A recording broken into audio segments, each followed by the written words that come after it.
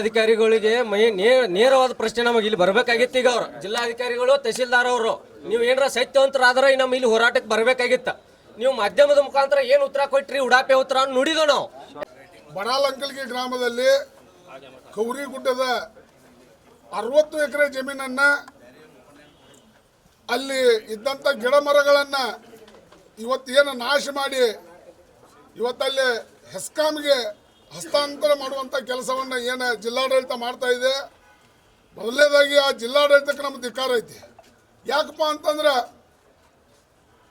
ಸುಮಾರು ವರ್ಷಗಳ ಹಿಂದನೇ ಅದನ್ನು ಊರು ಗಾರ್ಯಾಣ ಅಂತ ಕಸ ಪ್ರತಿಯೊಂದು ಹಳ್ಳಿಗೆ ಪ್ರತಿಯೊಂದು ಊರಿಗೆ ಗಾರ್ಯಾಣ ಅನ್ನುವಂಥದ್ದನ್ನು ಸರ್ಕಾರಿ ಜಮೀನು ಆದ್ರೂ ಕೂಡ ಅದನ್ನು ಊರು ದೈವಕ್ಕೆ ಕೊಡುವಂಥ ಕೆಲಸ ಪೈಲ ಮಾಡಿದ್ದೈತಿ.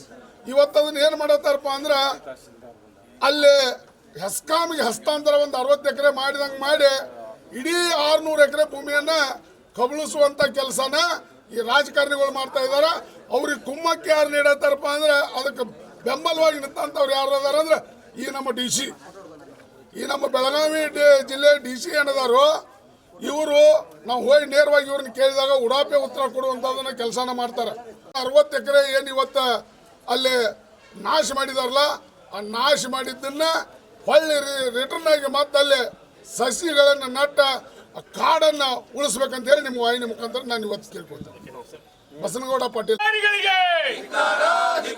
ಅರಣ್ಯ ಅಧಿಕಾರಿಗಳಿಗೆ